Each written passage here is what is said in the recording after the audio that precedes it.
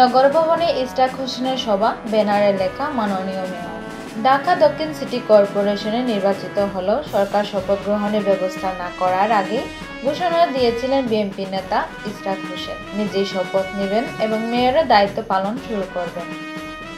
সেই ধারাবাহিকতায় সোমবার 16 জুন তিনি নগর ভবনের কনফারেন্স রুমে একটি সভা করেছিলেন, যেখানে ব্যানারে তার নামের আগে লেখা ছিল মাননীয় মেয়র, ঢাকা দক্ষিণ সিটি কর্পোরেশন।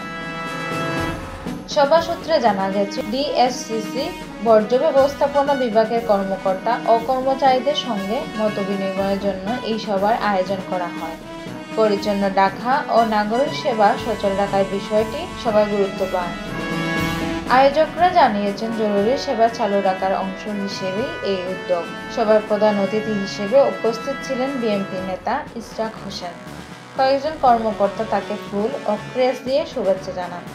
প্রত্যক্ষদর্শীরা জানান, এদিন সকাল থেকেই নগর ভবনের সামনে ইশরাক হোসেনের সমর্থকেরা জড়ো হন।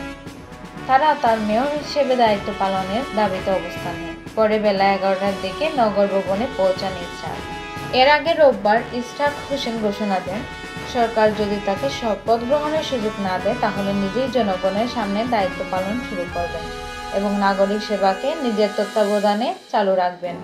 একই সঙ্গে তিনি জানান, নগর ভবনের প্রধান ফটকে তালা লাগানো থাকবে।